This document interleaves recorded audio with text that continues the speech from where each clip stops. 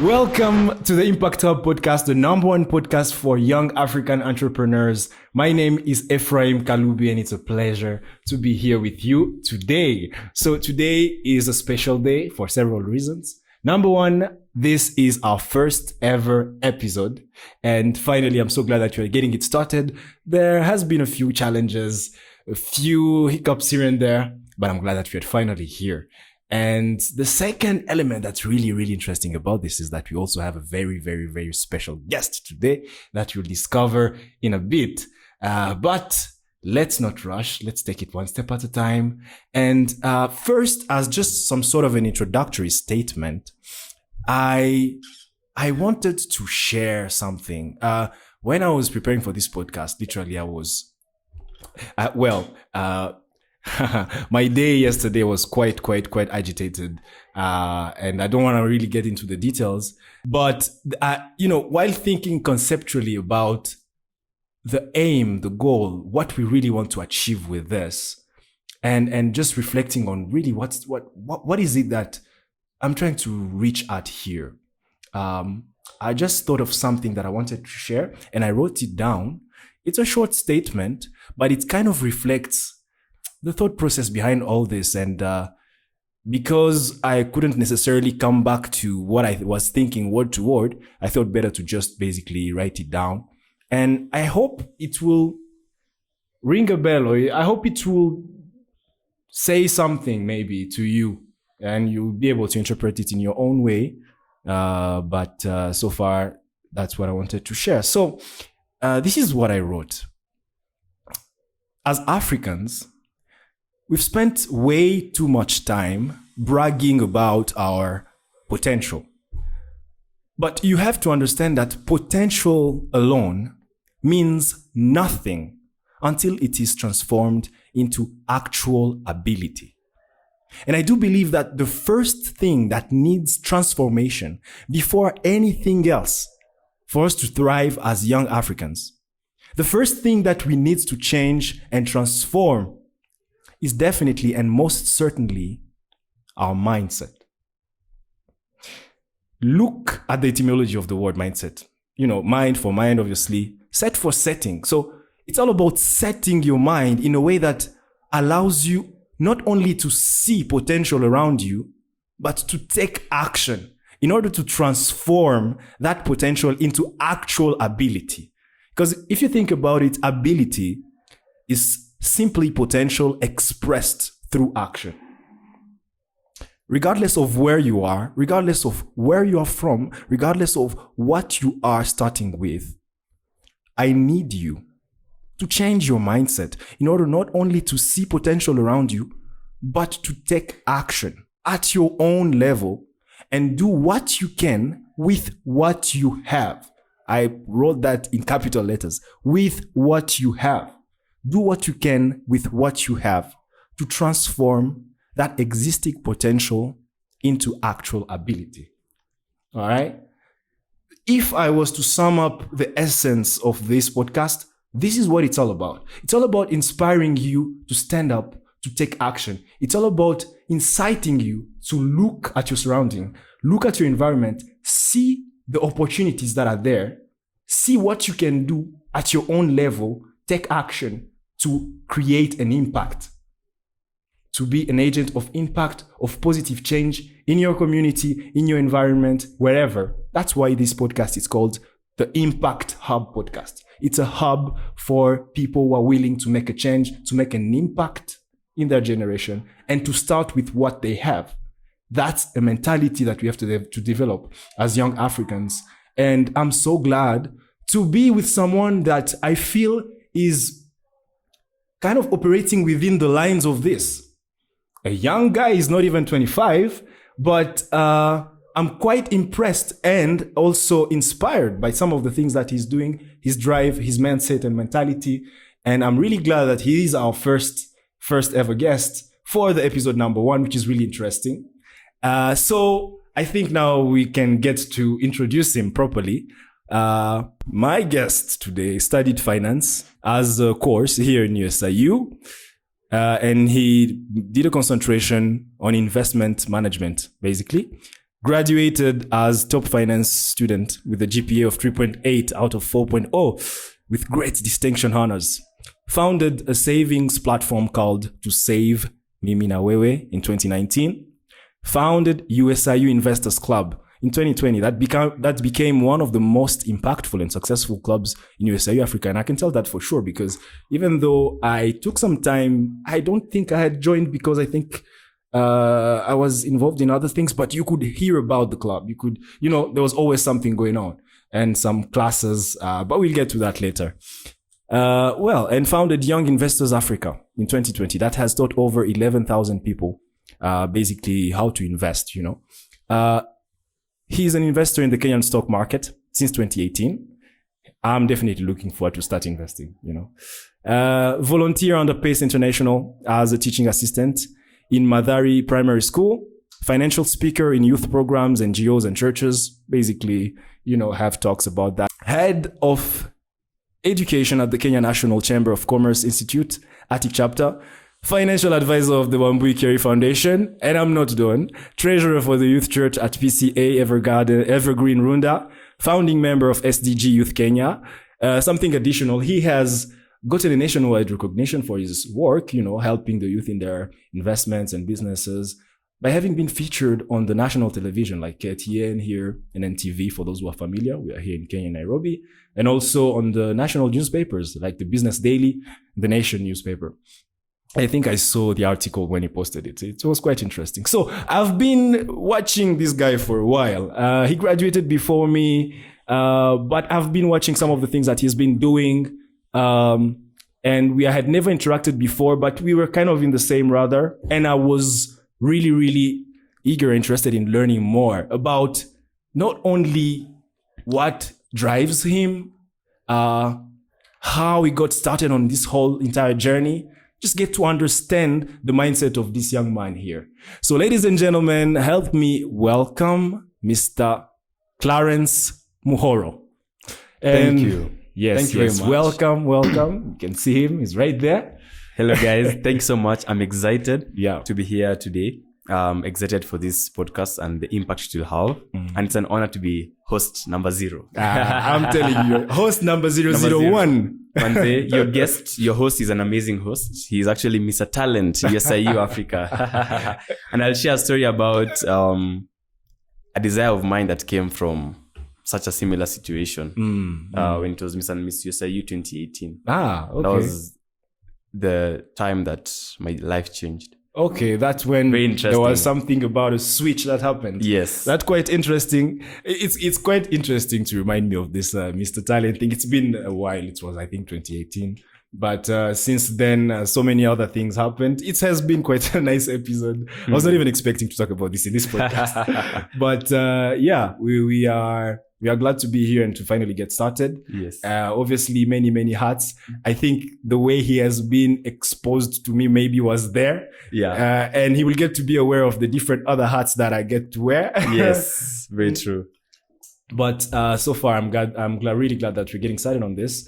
And I think there's quite a number of things to cover. But I'll just first to start by the beginning. I mean, you guys, you've been able to kind of hear that very, very long and lengthy CV. I'm not even sure I made justice to all the things that this guy is actually involved in. There's certainly much more. But I would like to understand what motivates you to do all this? What inspires you to get involved in all this? And where do you think it comes from? It comes from like what's the source of this and what's the motivation behind all this, basically? I love that. That's a very good question and a very deep one, in fact. One of my biggest fears and my greatest motivation is a word called regret. Okay. It's my biggest motivation and my biggest fear. And I usually picture myself that I am a drunkard uncle, 50 years old, nothing to my name. And I go for my brother's event. And he's very successful. his kids don't want to be associated with me. No one wants to stay close to me. And I think that is a fear that I have. And I feel like it would crush me. And so they say regret is poison. And that is my biggest motivation, that I don't want to regret. And so I put everything on the table. I would say that where my source of drive comes from also springs from who I am. Okay. I think born in a very beautiful family, best parents, and I got an opportunity to go to primary school. Okay. And in around nursery, I was bullied by a girl. I went to this school in nursery. I became number 3. So the girl became number 4.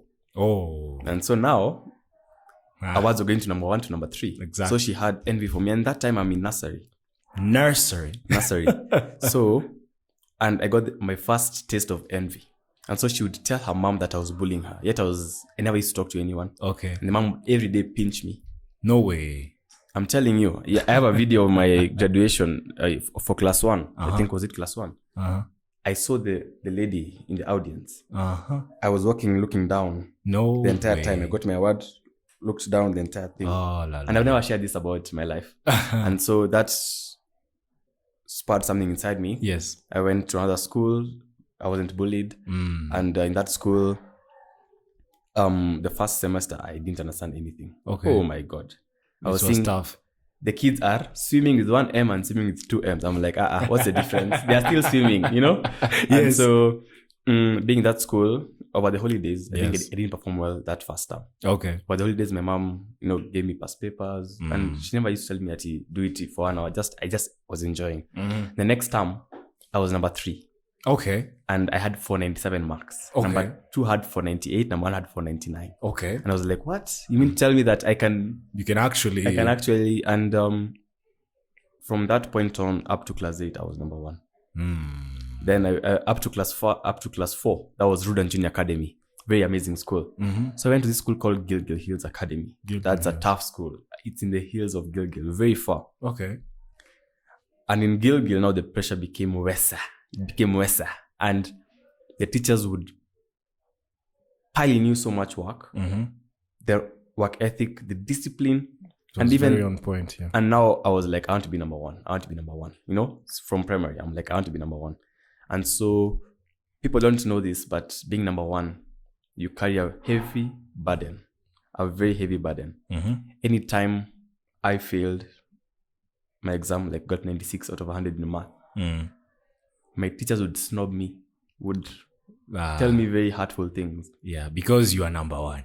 Yeah, you tell you, you're joking, you're not serious. And so like there was always pressure. Even my friends, whenever you'd be overtaken by someone, it's like they would judge you. Yes. And so, and at a point you would do everything in your power, but still wouldn't, since we are over 200 students, and that's one of the most smartest schools in Kenya. Okay. So you can imagine the pressure where even losing 1 mark is a big deal. So even at a point in class 8, I knew I'd gotten 98 in math out of 100. Yes. I saw my teacher coming to class. I ran outside class to hide. No way. Can you imagine? But that's extreme. I think that's very extreme. It was extreme, but it gave me that desire to remain on top, to be the best I could be. Yes. And it's a gift, and I thank them for it. Probably I took it in a different way. Probably they had better intentions. Probably they wanted me to be very competitive. Yes. But I believe it gave me that competitive spirit to be the best I could be. I love sports. I'm a footballer. Okay. And so even by being a sports person, yes, from class 2, and being the captain and wanting to win every class, I think that has really fueled me to try to be my best and to be number 1 in everything that I do. That's interesting. Yeah. I bet in the moment when, that trait or personality of yours was being forged, it was not really a pleasant experience. Very true. But, a few years down the line, you started to realize that it has built you in a way that allows you to now do some of the things that you're able to do today. Yes. And also I want to recognize that the fact that I was also really awarded in primary school. I was also really, they really breathed life into me. They would tell me, you're meant to be the best. You're going to be number 1 in Kenya. So they did that also. So much affirmation that I believed in myself. Yes. They were always praising me, giving me gifts. So that was also beautiful. It's like nothing is just one way. Two-sided thing, yeah. But it also scarred me to an extent. And going to high school, I went to Juja. Okay, Juja High School. I heard about that. And Juja, I want to really shout out to my principal. He was called Mr. Misiko. But he showed me the power of love.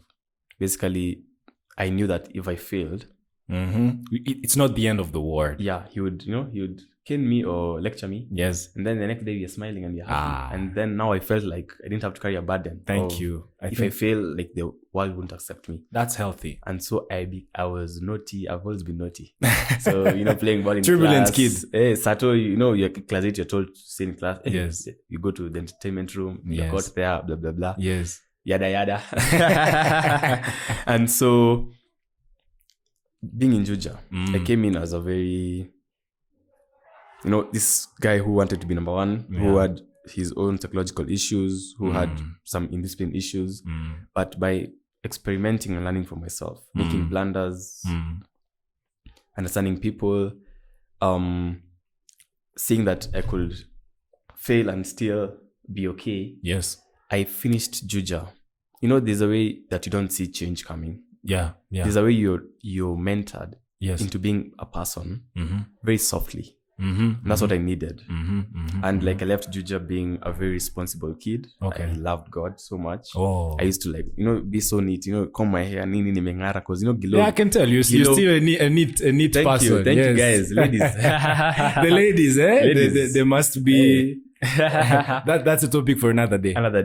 So, I finished my experience in Juja, being so responsible, so neat. Yes. I was doing... It was a boarding school, basically. Yeah, boarding school. I started boarding in class 5. Wow.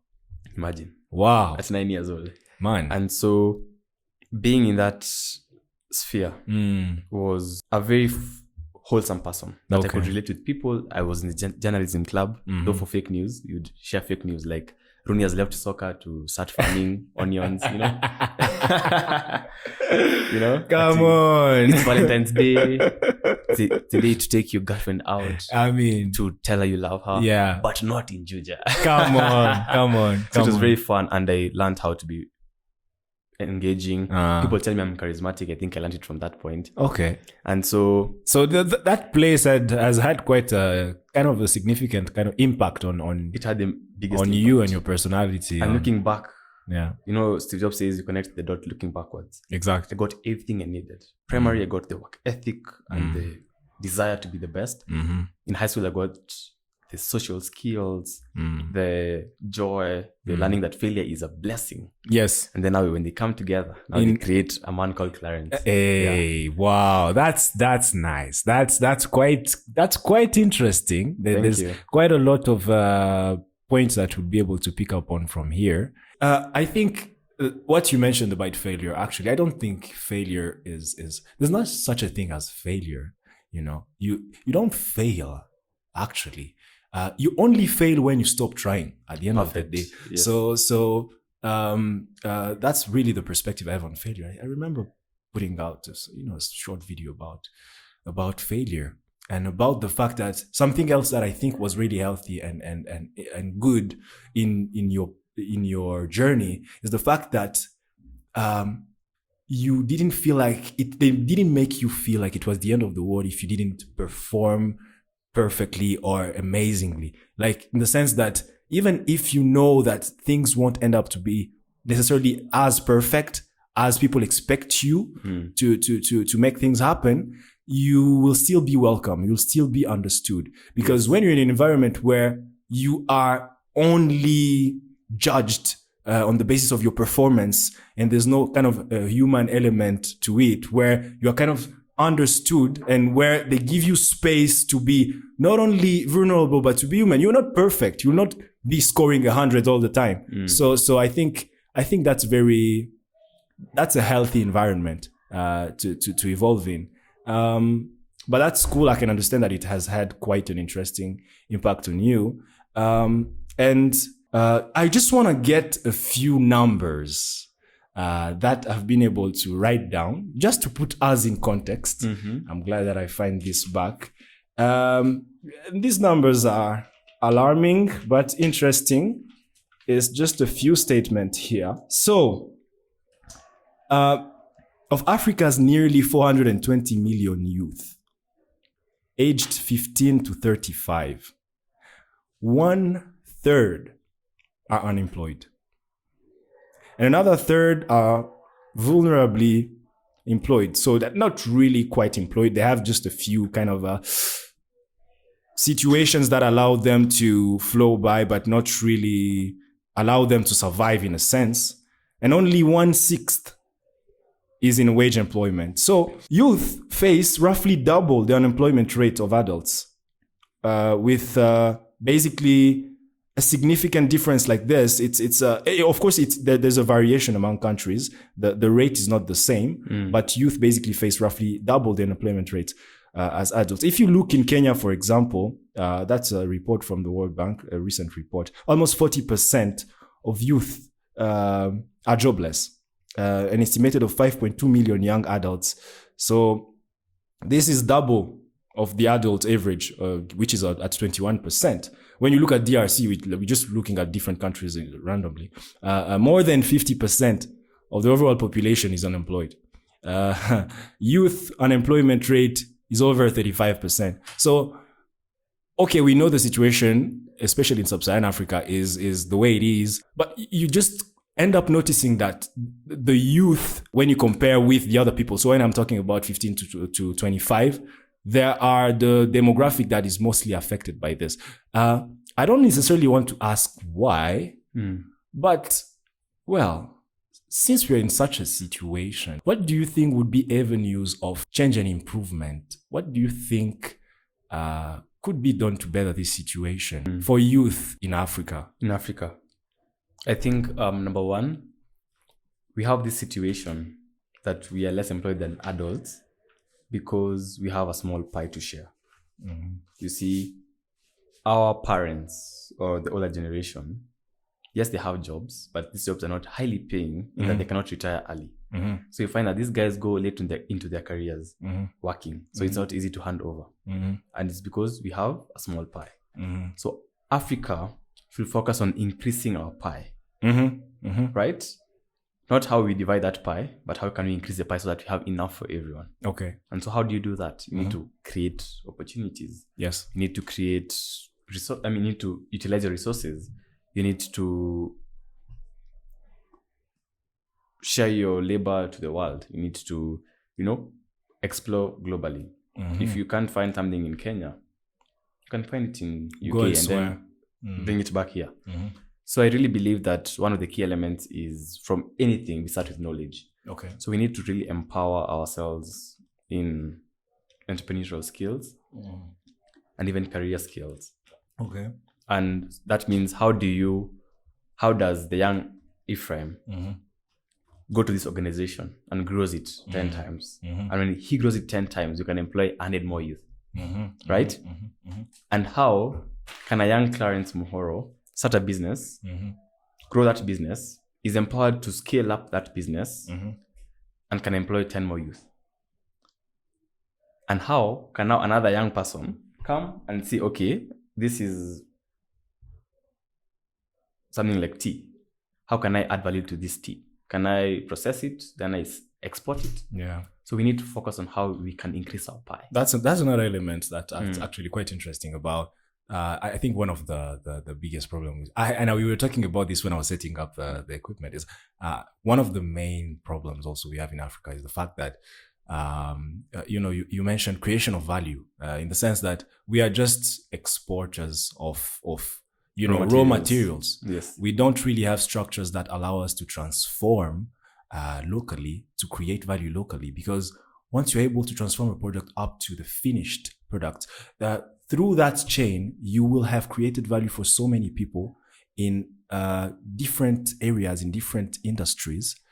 If you talk, for example, let's say juice, for example, when you get in the process of investing in land, you want people, for example, to work on that land if you want to start from the scratch. So you would get to grow, your oranges on a certain land. You'll have people that will be employed to maintain the plants and everything. And then from there, the transformation process, the packaging, branding, etc. If everything is done locally, you just create more value. But anyways, that's not really kind of the path where I was trying to head on. I think the main idea here, and since you are mostly kind of a finance guy, right? So I wanted this conversation to orbit a little bit around finance, about key terms, specifically when we talk about financial freedom, right? When we talk about passive income. I think these terms are so commonly used now to a point where they're kind of becoming a bit cliche, right? Passive income here, passive income there,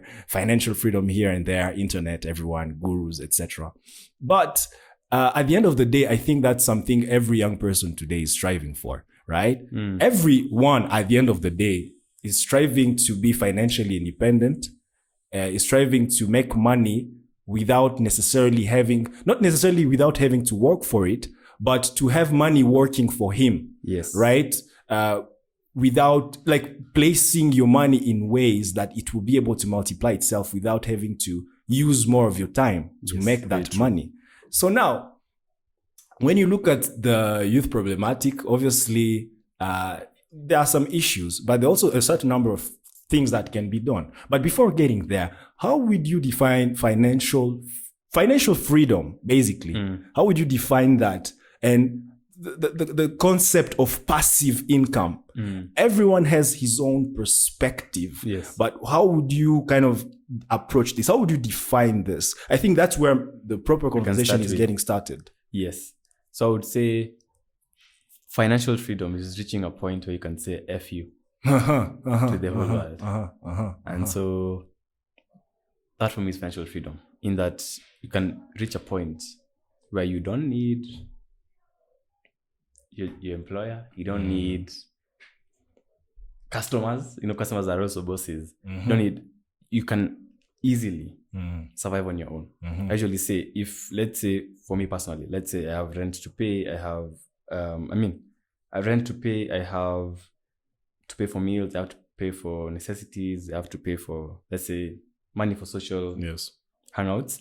Let's equate that to 150,000. If I reach a point where my investments passively, basically meaning that they are just generating either monthly income of 150,000, it means that if I decide to stop working and just stay in my apartment and read books or watch movies or even do the projects I like, now I'm free. Yes. Because I'm financially free.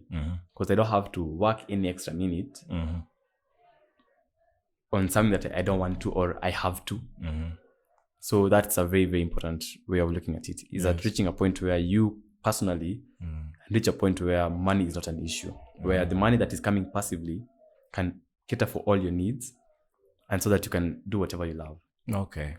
So basically you answered the two-sided question in one go, about financial freedom, but also about passive income, basically. And I think it makes sense. So, well, there are different ways to achieve that, or to attempt to achieve that. And I do believe it's quite a process. It's quite a process. It's a process. And a long-term process. And there are different avenues that people use. There are different things that you can get involved in. But since I'm talking with you, and I know you're all about investments, right? Well, there's this, not necessarily debate, but I think so many people, especially those who are not necessarily familiar with the in-depth, the inner workings of how investments work, the ways that you're able to access structures that can allow you to multiply your money or to understand markets, etc., invest in stocks, etc. They confuse sometimes when you talk about Forex trading and when you talk about stocks investment. It's kind of two different things, but one thing at the same time, because, well, the audience is also very diverse. Can you be able to kind of create a nuance between the two? Forex trading, right? And then stocks investment, yeah. So investing is simply putting your money where it can grow. So you have so many avenues you can invest. You can invest in a business, you can invest in cows, you can invest in shares, which are companies, you can invest in foreign exchange, basically the currencies, USD to Kenya shilling, depreciation, appreciation. You can invest in anything. Lending to the government, lending to companies, those are bonds. Investing in a circle, those are all investments. And so you've asked an important question. What's the difference between shares and foreign exchange and Forex? So shares, it means you're investing in a company. Okay. And being part of the success of a company. All companies in this world are owned by somebody, right? All private companies or publicly listed companies. So Apple has an owner, but you don't have to be one owner only. You can be 50 of us or a million of us. Yes. So when you buy shares in a company, you become a part owner. If I buy shares in Impact Hub Podcast, I'm an owner with you. So that means that we share the profits, we share the losses, and we share the risks. Exactly. So if you believe in a company, let's say I believe in Safaricom, or I believe in Equity, or I believe in Britam, or I believe in Kakuzi, or KPLC, or even Apple or Tesla, I want to be an owner so that I can participate in their success. When they do very well, my value goes up. When they do poorly, my value goes down. That's buying a piece of a company. Yes. And you can own not only 50% of a company, but even 0.00005% of a company.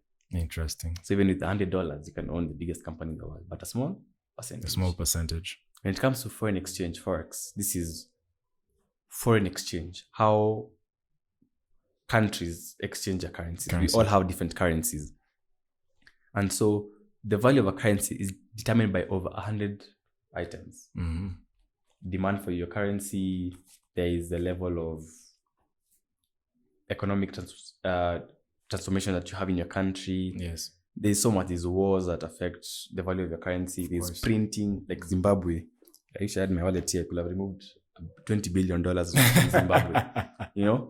And $20 billion from Zimbabwe. We'll take photos. That's interesting. Yes, I think I'll put some photos. I have 20,000 bob from Uganda, which is equitable to around 700 shillings.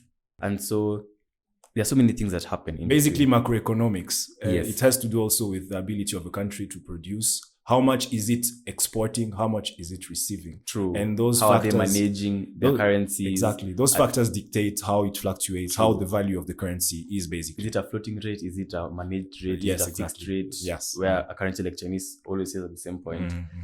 So people trade on the margins. You see, if I am importing so much from you, I'm demanding so much of your currency. So your currency will appreciate what you value. And so people are trading on these differences, which is a high risk game. But in finance, a principle of finance that you learn in your first class in finance is the higher the risk, the higher the return. Exactly. And so Forex, higher the risk, higher the return. You can double your money today or become broke today. Exactly. Yes. And so I would say that's the difference. And it's always a matter of, as an investor, to have the sweet spot where you're looking for the highest returns with the minimum risk. Yes. That's called risk asymmetry. That's really interesting. So, for example, okay, I want to just put a contextual scenario right here. Yes. For anyone or any of our viewers or people who are actually, listening to us on any podcasting platform, there's an individual who has never learned anything about investments, about investing. He doesn't know anything about trading, doesn't know anything about investing in stocks or bonds or whatnot. He wants to get started. He has capital. He just doesn't know what to do. He just doesn't know where to start, right? He has maybe been able to save a little bit. He doesn't necessarily already have the knowledge, but he has the willingness to learn and to invest his money into something that will be able to help him.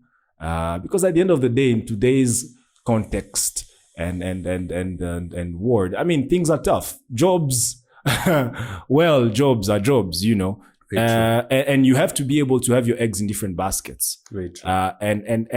First, honestly, acquiring knowledge about ways that you can be able to use your money in an intelligent way that will allow you to increase your net worth. It's always good. So, just imagine someone, blank piece of paper right here, has a bit of capital, doesn't know where to start. How do that person go about it? How do you get started? What do? You are here, let's say Nairobi, Kenya. You want to start investing. So the one thing that is always there, and it's important, is that you can only do better when you know better. Okay. And so you can't do what you don't know. Yes. Otherwise, you'll become scammed. You'll be scammed. You will lose money. You will do something you don't understand. You You'll even buy a used. good company, but since you didn't have the right approach, you lose money. You know? And so knowledge, education. The key to financial freedom, the triangle, is start by earning and saving. From saving is understanding. So first step, earning and saving, putting some money aside. Even though it's 100 shillings, that's enough. Next part is understanding. Okay. Understanding this thing. For me, personally, I do shares. I love shares. Okay. Because I understood shares, I researched about them, and I was like, I want to do this. Right? I looked at Forex. I understood Forex. I saw the time commitments, the risk level. I was like, I don't want to do this. Okay. So you understand what you're getting into. Before even you continue, according to you, what do you prefer shares, investing in shares? Personally, yes. Yes. Why? Because of I'm an entrepreneur. Okay. And so I need time to build a business. Okay. Forex requires a lot of you being on your screen, focus as and possible. time. Okay. But I've invested in Forex through my good friend. Okay. Who is passionate about it. Okay. Right? There's bonds. They have good. They have some returns, but no risk. Okay. So I don't do that because I don't like bonds. So it's good for you to understand what you want. And it comes again to self-actualization or understanding yourself. Self-awareness. Perfect. Yes. So you know what are your goals? What are your preferences? Okay. What is your budget? Okay. And what is your time frame? Okay, so you can get started in Forex. The amount of money you need to get started in Forex is not equivalently the same that you need to get started in investing in stocks. Very true. Okay, can you elaborate more in that? They're all different. On that. In Kenya, for you to afford to buy shares, you need to buy 100 shares in that business. Okay. So if Safaricom is at 30 shillings per share, you need 3,000 Kenya shillings only. If that's too expensive, you can buy Coop Bank at 10 bob. That's 1,000 bob. Okay. If that's too expensive, you can go again and buy KPLC at 1 shilling or 2 shillings, and that's 200 bob. So they have different prices. Okay. If you want to buy foreign stocks, there are some apps that require you to have a minimum of $5 and buy a fractional stock in any US company. Okay. If you want to do Forex, some may require you to put in $50. Some require you to put in $30. Okay. Some platforms. So it's slightly higher. Slightly higher or lower. Okay. If I want to buy shares in EABL or let's say BAT, they're smoking for cigarettes. Yes. A share is going at 450 shillings per share. Wow. That's 45,000. That's okay. So it's different and it's varied. So there's no one size fits all, but just know that with as little as $20, there's nothing you cannot buy. Okay. Yeah. But anyways, first step number 1, save money, put money aside. Yes. Step number 2, understanding, education. You educate yourself. Read books, go to YouTube. It can be hard. Take a course. We have trainings on investments where you take you from zero, from baby class, and give you a degree by the end of it all. And it's very simple. So there are avenues to learn. Just know you to choose what you prefer to learn. You can do YouTube way. You can do like our trainings where we put in the emotional aspect, give your accountability partners. You can always ask questions. We've all structured our ways of teaching. We put in games so that it's edutainment. Yes. You can do books by the best investors. And it all forms to give you an understanding of what you're going to do. And you saying, will I do this? Does it make sense for me? And if the answer is yes, go ahead and start. Good. So it's earning and saving. So earning, then you have to save, understand, start investing, repeat the process. Okay. The first loop is basically you try. Repeat the first earning, saving, understanding, investing, and at the top is patience. So you keep doing that. Exactly. And you have to be after patient. 10, 15 years, you're like, oh my God, I'm financially free. That's interesting. That's quite interesting. And the most important element, I think, is patience. Some people think as soon as you get started, you start seeing results, etc. And I think it takes.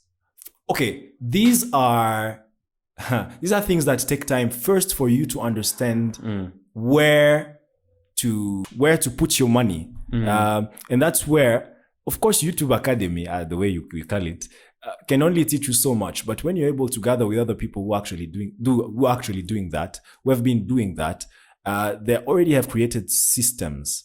They already have a certain understanding, and they already have not cheat sheets, but they have a way that they can be able to introduce you to. They give you a very soft landing. Exactly, basically. And guidance along the way. Exactly. It's So I would really suggest and advise to join, I don't know, clubs, even when you talk about young investors? Africa, that's now our training company, very big community. I really appreciate our community. They're really supportive. Yes. And they've given us opportunity to serve them. Yes. And they continue to help us, CSR, in sharing beautiful messages. Yes. Like I met one 2 weeks ago and he did my shopping. Okay. Can you imagine? That's beautiful. And then I met another one in Uganda. Okay. For the festivals. So you are already spreading your wings to Uganda. So they are family. Your community already extends all the way. They are family. That's quite interesting. How many people do you have so far? We've trained 11,000 across universities, high schools. We even have clubs in high schools that came from our concept. Wow. And we also have communities that we have those that have gone through our courses, the 4-week courses, 3 courses, about 700 in the WhatsApp groups. We have an email list of about 3,000, but overall 11,000 people. And so everywhere you go, you find someone. You share a laugh together. Wow, that's interesting. That's very interesting. All right, so where I wanted to get back is your initiative. Yes. Remind me the name. Young Investors? Africa Young Investors. Young Investors Africa. Yes. I mean, as much as you've already touched so many people, I feel like there's such a wide potential and an expansion potential that is just insane. Because when you look at this, there are clubs that are being formed based on your concept. So you can even have a presence in different educational institutions and develop a structure out of that and expand this. So you're talking to me about clubs even in Uganda, in schools in Uganda. I've had students who paid from Uganda. Wow. Okay. Yes. And they've kind of initiated some clubs, investing clubs in their own high schools, or that's something that is not happening yet. Is supposed to happen. Do you know that it actually has to happen? And it has to happen. Yeah. Actually, the vision is very big. Yeah. And it's just that, sometimes between you and your vision, it's just time. Yeah, it's time. It's a matter of time. It's a matter of time. Yeah, it's not an if, it's an when. Yeah. Yeah. I mean, when you will be able to create a system that allows you to multiply and duplicate like this, you can even have something similar here in actually universities in Nairobi. Yes, we have the Investors Club. Exactly. Just that you can go to Strathmore. Yeah. About the biggest form of leadership is legacy. Yes. So wow, this beautiful, fantastic year. Beautiful. Great year. Surpassed our expectations. We even did CSR in the children's home. Then I looked for people to take over from us. That's good. And there wasn't anyone who was willing to. And so I learned that was a personal failure. As much as I had taken a team that was half second year when I was in 4th year, and knew that they would take over, I felt like it was my responsibility to ensure that it continued. So leadership is legacy. Yes. You can be charismatic, you can be amazing, you can be, oh my God, Steve Jobs. But the leadership of Steve Jobs is seen in Tim Cook, in that now we still have Apple. Exactly. And they are still true to the core foundational spirit of the company that started the company. Very true. Yes. I read a book called Good to Great. Good companies are good. Here 20 years. But great companies have been here for over 1,000 years. Yes. 200 years. Now that's what I want. In that you want legacy. You want people to go beyond. Yes. And that's something I've learned that is very, very powerful. Yes. That as a leader, you always have to look at succession, look at it growing beyond you, and it being bigger than anything. Beautiful. You've seen. Beautiful, and makes perfect sense. Just a quick question I wanted to ask. So when you, of course, sometimes when you come across people who are in the industry and who are actually investing, etc., they will, of course, because they are familiar with the whole processes, they're familiar with the tips and tricks. Yes. They will tell you it's good, it's easy, it's fine, it's perfect. But at the end of the day, every investment has risks, and you don't. how can I frame that? How can I put that? It's not just a riskless, if I can use this term, Yes, very true. venture that you get yourself. How do you manage risk? For example, okay, I don't even need to give an example. How do you manage risk when you are specifically getting started on a journey to invest? Yeah. Of course, you're still learning, but you don't know as much. But even people who actually very far ahead, 10 years in, they still make mistakes sometimes. Very true. So how do you manage your risk? And very big mistakes that they make. No matter how good you are, you can always make mistakes that will destroy you. One of the best investors in the world is called Ray Dalio. I'm familiar with the guy. At a point, I think in 2000, I don't know which it was, he bet against, I think, the US economy. And the Federal Reserve came through for the US economy. And he moved from being one of the best hedge fund investors to losing all his employees and borrowing his dad money again. And now he built again, and now he's worth $20 billion, managing over $500 billion in assets, and saying, I don't want more. This is enough for me. With Bridgewater Associates. So also know your limits. Eh? Yeah, pandemic time, they hit a loss of 20% on those billions, you know? So how do you manage risk? Two things. Number one, Warren Buffett says risk comes from not knowing what you're doing. Okay. That's number one. Educate so you need yourself. to know what you're doing. Know exactly what and when you know what you're doing and you can understand what risk it entails, you can be able to mitigate it. Number two, the holy grail of risk management is diversification. Okay. And I'll share it in this kind of way. And this is from Ray Dalio.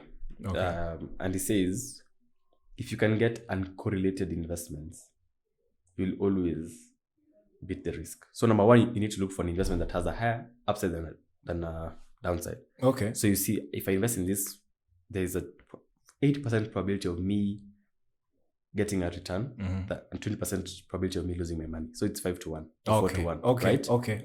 So Very, there's very a ratio important. right there. Yes, there's a very important ratio you need to look at. Okay. Then number two, now you say, okay, I'm buying shares in the energy sector. Yes. Let's call it KPLC. Yes. And Kengen. What sector do you also like good companies that are opposite of energy? Let's say it's, when energy is going up, let's say food is going down. So you buy some shares in food companies, very good companies. So what happens? You have uncorrelated investments. And these ones are up, these ones are down. Getting so some knowledge right now. At any point, you're selling whatever is up and cutting your profit and taking these profits to buy these ones when they're down. Yes. And buying them when they're undervalued. Yes. And selling when they're overvalued. And so it's very important to understand such things where you are able to identify wonderful investments. Right now, buying a company like Equity, is that a risky investment? I don't think so. It's not. Because they're also expanding, eh? Great management. They have the qualities of a great company. So they have great management. They have a great product. They're in the fintech area, which is really growing. Yes. They've been profitable over the last, I don't know how many number of years. So even when you're looking at companies, Warren Buffett says if it ticks all these boxes, then it's not a risk. If you invest in an iPhone, for example, a very high quality iPhone, the risk of it failing to take a good photo is very low because you know the quality of what you're buying. Another thing that I wanted to mention, I wanted us to talk about this whole NFT movement, this whole blockchain, NFT, cryptocurrency movement. Of course, crypto is a concept that reached us. I'm talking kind of in an African context, setting, environment, that reached us before NFTs, right? But non-fungible tokens, and more people are being exposed to that. I was recently interacting with a guy from Strathmore University, actually, who is heavily invested in that. He's actually creating some NFTs himself, and he's partnering with a few people. But do you think our market is ripe enough for such sorts of investments? And not only for NFTs, but even cryptocurrency. Of course, it's something that's a bit more popularized. I mean, when you look at Central Africa, I don't know if you know about that, but now it has been even installed in the government system. So they have now a currency, state cryptocurrency, if I can say it like that, which is quite interesting. But still, what are your thoughts on that? Do you think the market is ready for this, especially in our context here? One, yes, we are ready. You saw Kenya, I think, is almost number 4 globally in cryptocurrency investments. Kenyans you love guys, Kenyans. crypto. Yes. So the level of, it's been there since 2008. It's been 14, 15 years. Mm-hmm. So it's a matter of, if you're ready, it's here. Just now, that's now being adopted more and more. Mm-hmm. I would say that NFTs now, those... That's different. For Kenya, but you need to realize that it is a global market. I have a friend of mine, he's one of the best photographers in Kenya and also in Africa. He takes dignitaries to all these places. So for Rally, he was one of the main... Who's that? I won't share his name because he's a very humble guy. Okay. But he sold 2 of his best... he put his art on the NFT marketplace, OpenSea. Okay. And he put some exciting art, someone breathing fire, an acrobat breathing fire, and then it's like a motion photo. Okay. He sold each of them for 1.5 ETH. So he sold one for 800,000, the other one for 600,000. What? So it took him 4 months and he made 1.4 million Kenya shillings. No way. And so it's a global marketplace. Yes. Wow. Our business community, he's still part of our community. We have a business community called Attic Chapter. We're making our own NFT for our community. So what would be the applications of that? The application. Because it's all about what it can allow you to do, right? To do, yes. So number one, it can help get access to events. Okay. As our value grows as a community. Same kind of like the Bored Ape concept. Yes. As our value grows as a community of entrepreneurs. If someone is joining, they'll have to buy an NFT. Yes. If you're leaving, you can sell your NFT to someone to join in. And you're selling it at a price. It's kind of a membership yes. type of... membership events, have your own sort of design. The last thing is blockchain. That one, I feel like it is everything. It is. Actually, indeed. Cryptocurrency and NFTs exist due to blockchain. And that is a system based on cryptography. Yes. Where you can have a code to track your assets. Yes. And to show uniqueness. Yes. Same way you have a bank account that goes 0011187. It tracks your money. Yes. And you can see even in Kenya, we had an election where we used the blockchain technology. This last election, we used the blockchain technology. Yes. You didn't see that? Oh, no. What I was not aware. We set up a system on the internet. Yes. Where nothing could be changed. So when you go to a polling station, about 47,000 of them, once you put in the results, they take a photo and upload it to that. The microphone, Sorry. And upload it to that it's all right. System. Yes. So everyone in the country can access that and calculate the results for themselves. Okay. You saw people waiting for a week. Yes, there was a portal where literally everything was accessible. Exactly. No, that's blockchain. And there was all this debate about it was what 0.1%. 0.01%. People doing calculations, which is very negligible. TV. Yes. And so that showed the power of blockchain, where it is a system. I didn't know they used the blockchain. Actually, Forbes said blockchain, how Kenya has used blockchain, where everyone can access the same thing. They cannot change it. It's a system. Yeah. So that system is what cryptocurrency relies on. Yes. NFTs rely on. Because an NFT is an emotional tool. It's art. And you see, let's say you're Ephraim, the musician from Congo, for example. Okay. And you release an NFT and so that you can get your song. I can buy that song and keep it knowing that now it's mine, right? Yes. But I have the code to show that actually I was the first buyer. You are the owner of that piece of art. I was art. the first listener and first buyer.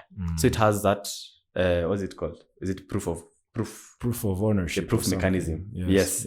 So I believe it's time that we consider these things. With NFTs, the risk is that it is being overcrowded. There's too much art, too much fake art, too much this, that.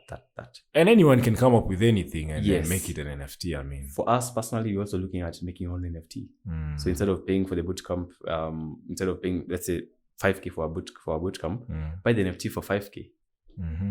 We'll still get the money. Yes. But you'll have something that to show that you are part of us and can always sell it when our brand grows. So it's an investment again. And that so has more applications. Education and also in an investment tool. And I think it all really comes down to the concept behind the NFC that you have and the applications that you attribute to that. Okay, before continuing, I also wanted to You talk about knowledge and about how knowledge is actually quite important when you want to get started in investing. Yes. Of course, you mentioned superficially the different places where you can go, but if you were to give substantial information about someone who's just blank and getting started, where does he go? What does he do to educate himself? Because one thing I noticed, and I don't want to sound conspiracy theory type of person, yes, but it's weird that the educational system is designed in such a way that it doesn't really equip us to know exactly how to be independent financially. Like, okay, well, you acquire science, you acquire whatever you acquire throughout your educational courses, but it lacks that financial education aspect. Well, you understand how money works. Yes. It's something you don't learn in uni. Very true. It is something you should actually learn in uni. Actually from the lowest level, from primary school. That's what I do believe. Okay, so where do you go? What do you do? It doesn't have to be structured. It can be different things, different books, different stuff that you can maybe recommend or suggest for people. Amazing. Yeah. So number one, I'd recommend books. Yes. Best book to read about just how to grow your financial and entrepreneurial mind. Yes. Rich Dad Poor Dad. Rich Dad, of course, classic. That's a classic, but it's still the most important book I've read. Matthew, read biographies of the best investors around. Read Warren Buffett, The Snowball Effect, The Oracle of Omaha. Okay. Read The Intelligent Investor. Read Money Master the Game, where Tony Robbins talks to the best 50 investors in the world, and they give their strategies, their approaches. This guy does this, this guy does this, this guy does long term, this guy does short term. Very, very, very powerful. And I think those are very powerful. And then there's a book called Smart is the New Rich, by a lady who was a journalist at CNN, and it's a very important tool, not only now in investing, but now how do you plan your credit score? How do you save? How do you invest in life insurance? So a very holistic kind of way. I would say that's very important in books. Follow the best money guys around in YouTube. Robert Kiyosaki again, Brand Rose, Patrick Bet-David. BT podcast, I listen to that. He's my favorite mentor in the world. Honestly. Patrick Bet-David? He's my favorite mentor in the world. The Iranian who made it in the US, yeah? The guy is good. He's a personification of hard work and charisma and leadership. Indeed. And so I really love the guy and how he's raised his family. Yes. And how he's just, he's just so entertaining. It's just amazing. You guys check his page. He's the best, actually. I've been watching his content for a while. I love how he's done it. Yes. How he's even, part of legacy is media. Exactly. That's one of the biggest legacies you can live. Documenting. Because he's made money. Now he's sharing lessons. Learning from the best around the world. It's growing him, but also what he's put across motivates people. Exactly. It will be there, and even when he's gone, 500 years from now. So and that's the aim with this podcast, guys. Legacy. That's the aim with this podcast. So, creating value and me, leaving a legacy. Life, yes. I believe I should do a... You should start now. Now. Don't even say one time in your life. You should start now. I think people underestimate the power that this has. Media is everything. It has huge power. And media is an investment. And one of the biggest investments you can have. Media and social media. Actually, it's social media. Yes. Everything nowadays. Indeed. I want to just talk about, before reaching towards the end of this very short but quite interesting podcast with Clarence. Let's talk about the branding and marketing aspect of can we already call it a company? Yes. All right. It's registered. It's a limited liability company doing great revenue, well-functioning team. Great company. Young Investors Africa. Yeah. Young Investors Africa. There's also the platform to save Mimi Nawewe. I think you will tell us more about that. If there are two different things, if it's a platform within the other, because when I was looking through, I was just brushing through. Maybe we'll give more clarification on that. But when it comes to the company, the way you're positioning yourself, I just want to have a small chat around not really about investment, the investment perspective, but the branding and marketing perspective, numbers. Okay, your target audience, I think it's quite clear. You're targeting young people within a certain demographic, age range, whatever. What are some of your branding and marketing strategies? How are you positioning yourself in the market in order to make sure that you are ahead of your competitors, if there are some competitors in this industry?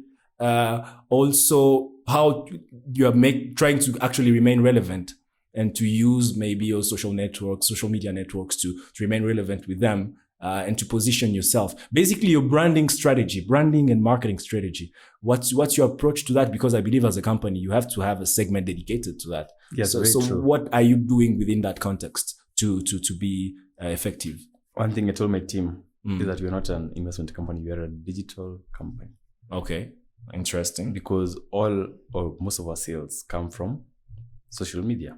And so what we've done is we've had a very aggressive one. It's not perfect. I'm not a perfectionist in any kind of way, but I believe in progress. I'm a progressionist. Okay. And that sounds so beautiful. That sounds good. And so what we did is we have, if you look at our social media, we have reels, funny reels, we have information bits, we have a lot of posts on content, we have everything we do, we document. Yes. So we've done so much on Instagram, social media, TikTok. I mean, actually I was on SGR going to Mombasa now to go to Malindi. Someone said, "Are you the guy from TikTok?" You know, actually, TikTok it's quite an interesting platform because the growth factor is quite amazing. You can get started today, and literally in a month, you are at 100 followers, even more, depending on how often you post. 1,000 followers. So it's crazy. So you're on almost all of them aggressively. You have a YouTube page, LinkedIn. I have my personal LinkedIn. But now we're going to create one for the business. That's interesting. But then now I use it to channel out to business. Guys, I'll put all the links in the description everywhere so you can be able to access. I realized that people really associate a brand to a person. Thank you. And it was very important for me to associate my company with me. So that because I had a bigger audience. And it has grown such an audience that even companies have looked for us. ALX, African Leadership University, looked for us to help champion their programs, which was a big... I've seen some of the stuff that you guys have done. Opportunity, because we were able to facilitate over 1,200 scholarships on those online programs. And that's close to over $2 million.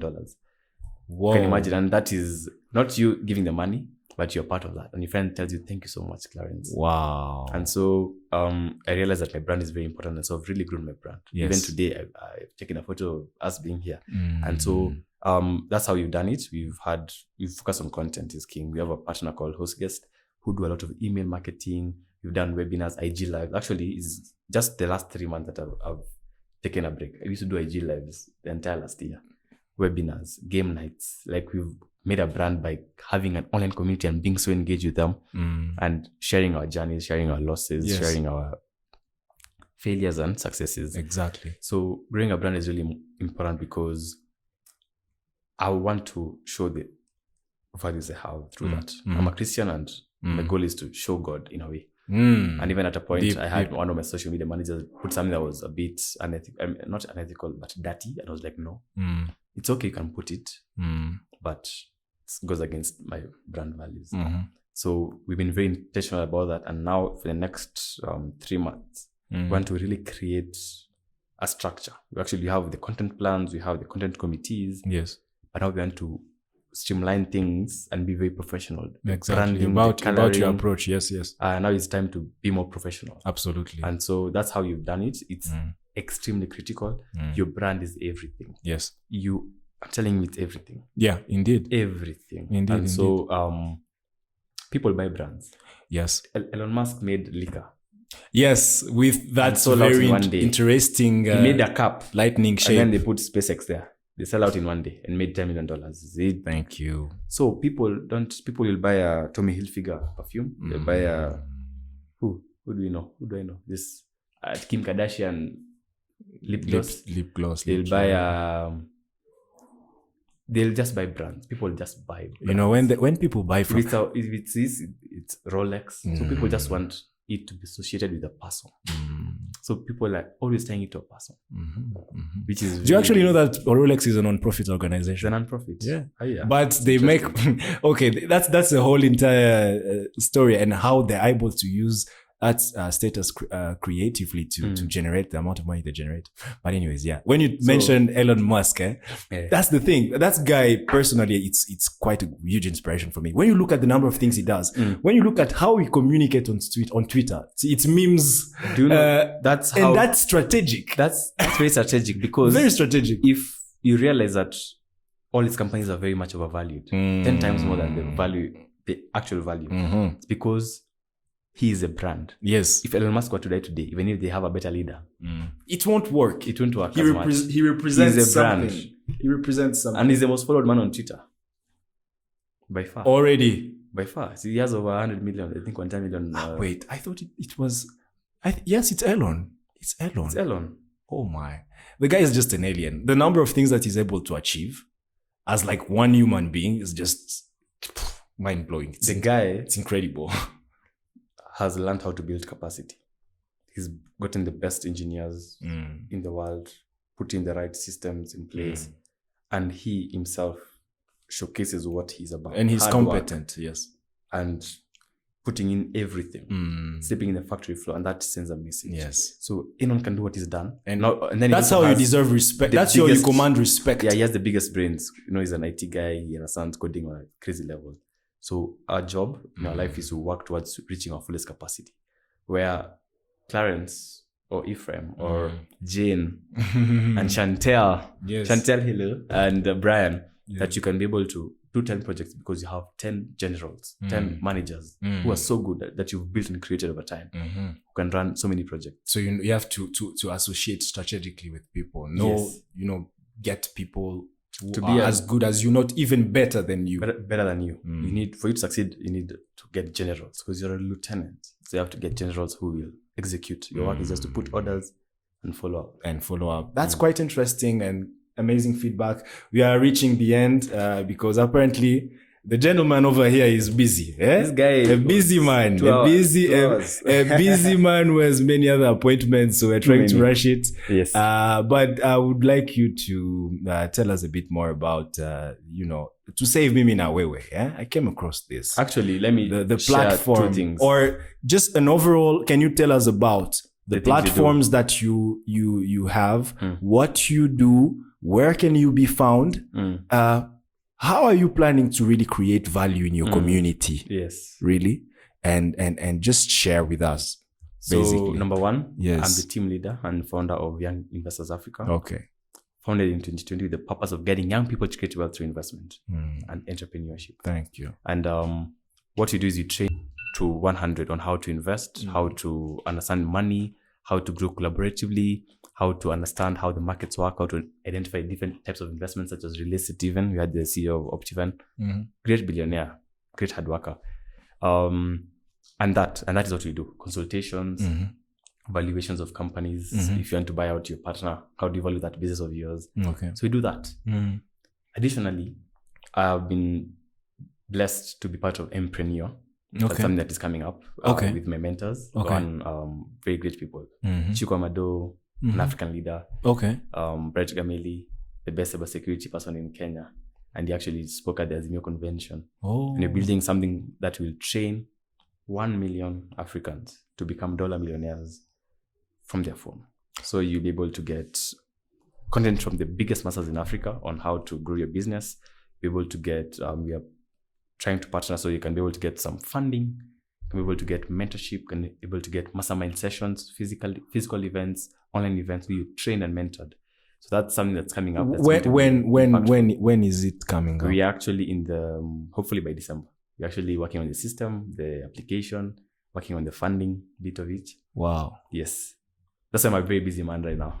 There's a lot going on. You're involved in many things.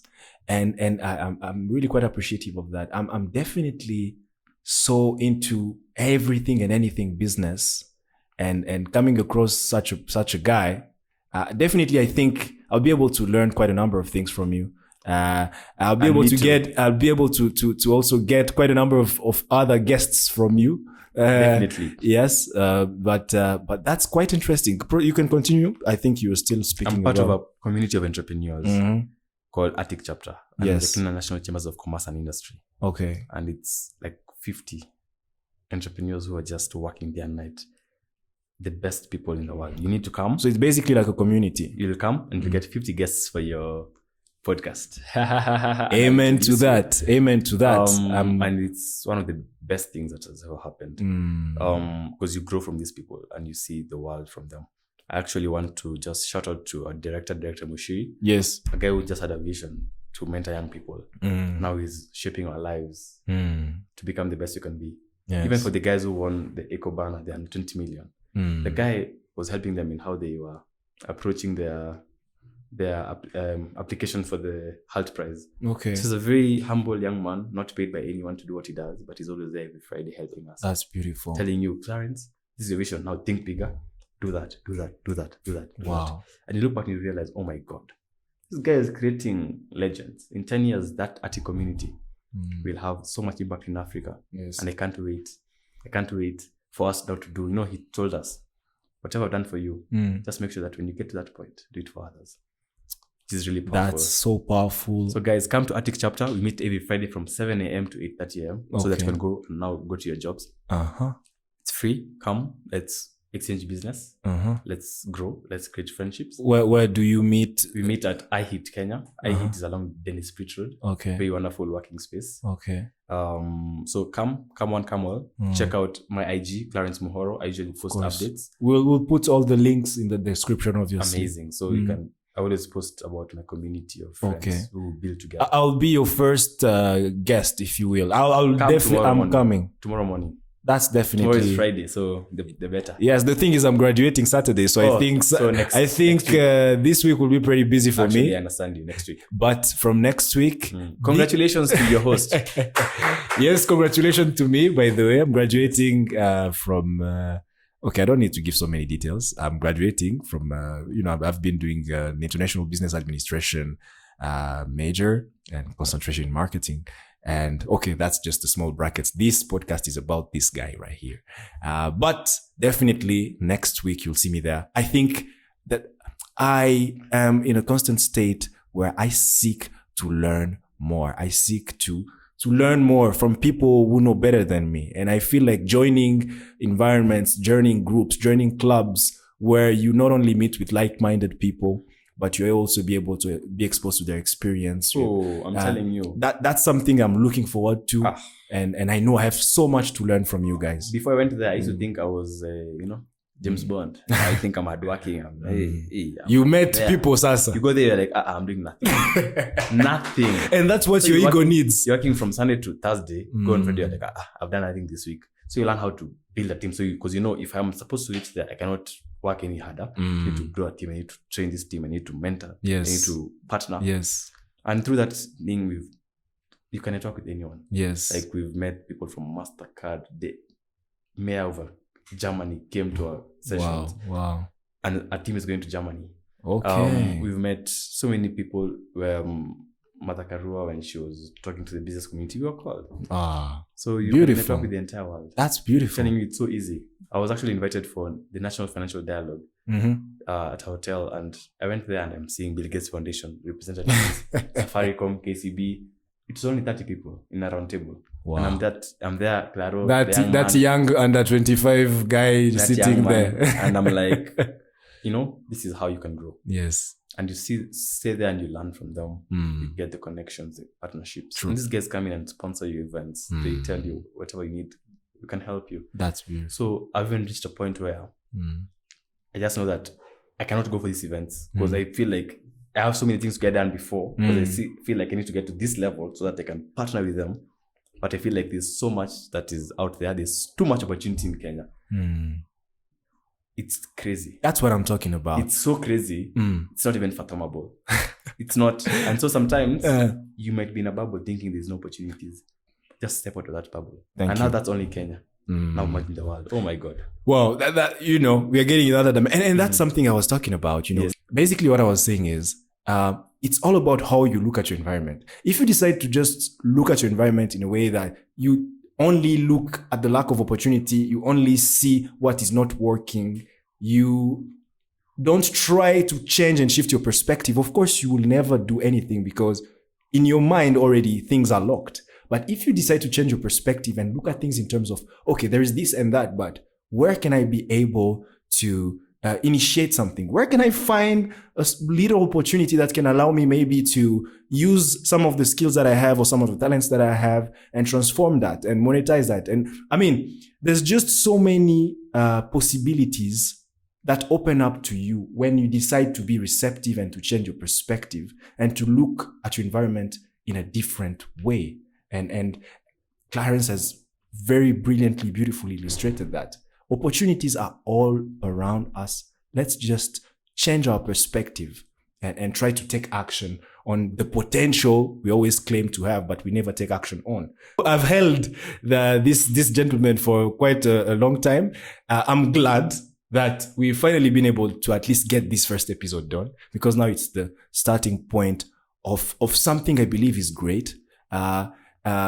If you go in the description of this podcast, even on the YouTube page or even on Spotify, whatever, there is a mission and there's a vision. I won't read everything right here, but I really do believe we can be able to inspire and motivate, create a community of over 1 million young Africans who decide to look at their environment differently, who decide to change their perspective, to take action, to empower themselves and their communities. I want this to be, it's more than a platform. It's a place where young Africans come, gather, exchange ideas, empower each other, and build opportunities. So I'm so emotionally invested even in this. I would talk for hours, but could you give us a quote in French and then translate? A quote in French. Yes. Okay, one quote. Why a quote in French? Because when he was talking to me, he was putting this French quote. Oh my God. Amazing. Let's find something. Okay, I'll just tell you the same quote again. I think I was setting up some of the equipments and we were just having a chat. I mean, he had like a lot of material to talk about. And within the context of the conversation, something came up about the fact that age doesn't really matter when it comes to creating value for yourself as an individual or for other people based like on where you are or your age. So that French adage goes like this: aux âmes bien nées, la valeur n'attend pas le nombre d'années. So, aux âmes bien nées, la valeur n'attend pas le nombre d'années. For you French speakers, hopefully who are there, you've gotten me. But what that means or what that stands for is basically the value of a man or a woman, the value of an individual is not directly related or does not necessarily equate to the age that person has. Your value has no correlation with your age. You can be 21, 22 years old, making things, impacting people, creating a change that some 50 years old can only dream of. So don't let your age define you. Don't let your age put you in a bubble. Don't let your age put you in a situation where you feel inferior because you're not necessarily somewhere within the age frame where you're supposed to do this by this age. You can achieve so much very early on. It's all about you. It's all about what you decide to achieve, what you decide to make happen. This brings us to me also bringing you back the same question. I'll do that. But the last segment, I just want us to end on the nice note. It's a few questions, but at the end, I will want you just to share a final kind of statement that you just want to share with young African people, young African entrepreneurs, young African guys. But before that, there's just a quick sequence to relax a bit. Just a few quick questions. You have to take, you don't have to wait. You answer direct, and then we move. Yes. All right. So let's get this started. All right. If you were an animal, which one would it be? Lion. Why? King of the jungle. Fine. Okay. If you had a superpower, what would that superpower be? Reading people's minds. Reading people's mind. Why though? To understand what they're thinking and know how to use that. Okay, that was cute. In the right way. Malicious guy. Okay. If you were a fruit, What would I be? Mm-hmm. I will be a banana. Why? I'm a man. What do you mean? And I feel like it's one of the most energizing fruits. Uh-huh. It doesn't have too much water. It won't be sulky. Uh-huh. And I feel like it's also very refreshing. The man has a theory for everything. And whenever you mix anything with banana, it becomes banana juice. Yeah. If you have 5 mangoes around banana, It's true. It's like especially for smoothies. Yeah. Like smoothies, whatever you do as a smoothie, if you put in banana, it's a banana smoothie. So if you put me in the army, I'll be a great man. If you put me in the business sector, I'll be a great man. If you put me in government, I'll be a great man. Adaptable. So I'll be a banana. Quite interesting. Favorite TV show? Friends. Yes. I was expecting something like Shark Tank or something. Friends. I enjoy comedy. Good. Favorite famous 3 investors? My best 3 The investors. top 3 investors all time. Warren Buffett. Ray Dalio, of course. Ray Dalio. Mm-hmm. And I would say PBD. Patrick Bet-David. David. In his business. What's the name of that guy who's in Shark Tank? I forgot his Mark name. Cuban. Yes, Mark Cuban. I love his personality and his bubbliness. He's amazing. And he's a great investor too. He's like, yeah. And he's a great investor too, by the way. He's a great one. Actually, I would put Mark Cuban there. You see now. We mix with PBD. But he's not in top 3. So he's in top 4. Mark Cuban. He's in top 3. He's tying at So you pushed away Patrick. Together. Apana? It's my choice. Apana? No. Respect the rules. It's Patrick Cuban. Yeah. Okay. A mixture of both. Patrick Bet-David, even though you'll never watch this maybe in 100 years, but maybe you might come across this. The guy, you're not in his top 3. So I said Patrick Cuban. So he's half Patrick Bet-David, half. I didn't even Mark catch Cuban. that. You guys, this guy is just too malicious. Okay. 3 favorite books all time. Rich Dad Poor Dad. The Magic of Thinking Big. Becoming by Michelle Obama. Wow. I haven't read Becoming by Michelle you need to Obama. read it. I haven't read You it. need to. Okay. Now I'll definitely And get this that reference. world, your purpose is in who you're becoming, not in anything. Not in being an entrepreneur, not in being a podcaster, not in being anything. Mm-hmm. Purpose is in who you're becoming. Exactly. Because if you're a Russian seller, you're selling Russian jewelry for your 50 years of your life, for example, and then Russia attacks Ukraine, you cannot import again. You can't just say you're done. You use your skills for marketing, organization, structure, importing, and create something else. So your purpose is in who you're being and becoming. Are you becoming kinder, more responsible, more giving, more hardworking, more structured, more framed? That is your purpose. And also the value you are creating for others. Yes. Because it derives from what you are. So guys, your purpose is in being the best you can be. Exactly. And becoming. Exactly. And that's actually brings to the quote I would have shared if I had time to think. And that's exactly the one. No. Yeah. Chaque jour, fais de ton mieux pour être la meilleure version de toi-même. Basically, try to be the best version of yourself every single day. Every single morning is a reset, is a new day, is an opportunity for you to become even better than you were yesterday, because you know things that you didn't know yesterday. And you can be able to use the knowledge and experience you have to strive to do the best you can, to be the best you can every single day. Very true. Thank you. Favorite quote? I would say, try again, try harder. That's short and to the point, and it makes sense. Well. Now we have reached the end of this podcast. First episode was quite interesting. I think I will have time to make a different video just to talk about the whole story of how this happened, because the first episode, anything that you get started is not always as easy. And you come across a number of things, but I'm glad that this is done. This is episode number 001 with an amazing, great guest.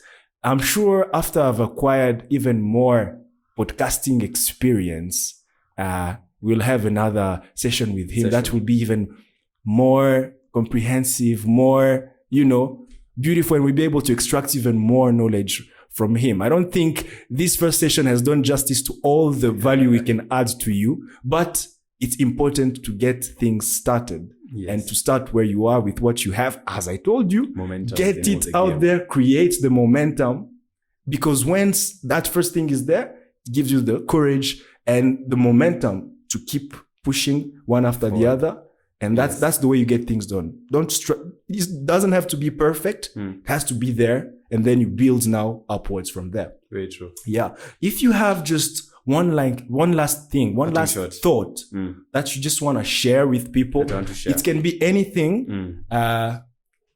You can just look through directly right there. For the people who are listening to us, you can hear his voice in a closer perspective because he's even getting closer to the microphone. And he will just share a small piece of wisdom with us, a small motivational statement, whatever. Yes. So that we can be able to call this a day. Thank you very much. Number one is to say thank you so much. I'm really proud of you. Feel the energy and the passion you have to it, and you'll go very, very, very far. Thank you. Number two is to apologize. I have a cold, so bear with me. And lastly, I think to end this is where we began. And he was Mr. Talent. And so in university, 2018 October, I went to that prejudging event, and I saw people with talents. I saw people who were doing the best you could do. And I was filled with a holy discontent. And even when I went over, I just had a tear. I was like, no, Clarence, what can you be known for? You don't have what can you do that can make you stand out? And be relevant. And that was the day it changed for me. Wow. And it's been that daily pushing since October 2018. Wow. Every day. And now we are still moving forward. A lot of grace, a lot of growth. But strive to be the best you can be. Push your limits, learn, grow, get inspiration from everything. When you see someone doing very well, admire that, but also say, I also want that and I want more. So, make sure you make yourself proud. And remember, the biggest poison is regret. So guys, live full out.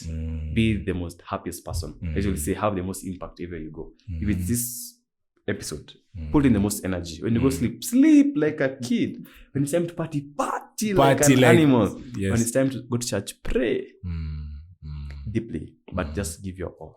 Yes. Put more oomph, energy into everything, guys. Everything. That is beautiful. Wow. Yes. Thank you very much. And lastly, keep God first. Keep him everywhere and keep him centered. Very, very, Thank you very much. Very important. Thank you so much, Clarence. And what you said just brought me to my WhatsApp. You see the about section on WhatsApp? Something that you said brought me back to why I wrote this. And it has been there for the longest time. Die with memories, not dreams. So that encapsulates the very notion of get things out there, do with what you have, exhaust all the potential you have within you so that you don't have to face regret. True. You don't have to face regret when you are dying. When you're an old man, on your deathbed. You will say that I lived, I tried everything. It may not have worked out, but if it worked out, then better. But that statement touched me, Kabisa. How can you get back to that again about the regret? Regret is the biggest poison. Regret is the biggest poison. And actually, regret is my biggest motivator and my biggest fear. And you mentioned that in the beginning of the podcast. And so, guys, ensure that you just live a life and say, by the way, in everything that I did my best. Yes. That's what gives me peace. Yes. In situations where I've lost, I usually say I did my best. Yes. And that gives you peace. My heart has peace. That's I would rather deep. That's so deep. Love football, go try to be a footballer, fail, and say, okay, I did my best. At least I won't say, I wish I could have been a footballer. I should have tried. Tried my hardest. So guys, live full out, keep God first, and stay joyful, Amazing. Embrace gratitude, embrace friendship, embrace supporting each other. We're in this together. Yes. And guys, love you so much. Thank you so much for this time. Thank you, Clarence. It's been an amazing time. Thank you. I even Thank you felt so like much. My heart has, when you communicate, you just get to re-experience You things share. and Yes. just have immense gratitude to God, family, friends, and anyone who's been of support, our clients, our community. Yes. I'm really blessed and really lucky to be in this world today. Thank you so much. Man. That's beautiful.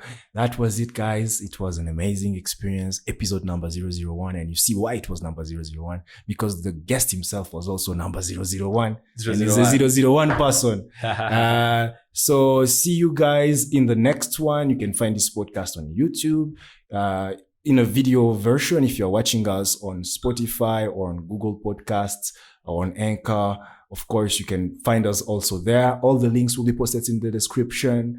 All the relevant links related to anything that he mentioned about his company, about what he's doing, about all the things he shared will be placed down there also. So you'll be able to follow. We're trying really to do something. I'm glad that you are here, and I'm looking forward to the next episode. So keep achieving, keep looking higher and higher, and see you guys in the next episode. Peace.